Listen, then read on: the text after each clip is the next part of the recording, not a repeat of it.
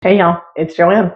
So I live in a high humidity area and I have really flyaway, dry looking hair, but I love that I found this glass hair thermal blowout primer by Longhair.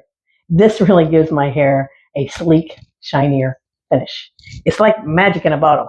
It's heat activated, so it kicks in when I start styling my hair with a blow dryer or straightener or curling iron, and it protects my hair from the heat damage, but it locks in to see its silky shine.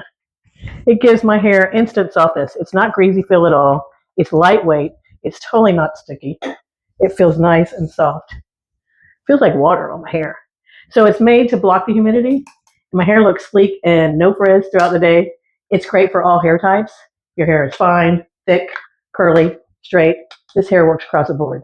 So if you like to style your hair, but you hate the heat damage, you're going to love this thermal primer, probably as much as I do. I love it. So here it is after styling it, blow dried it, hot curling iron, styled it.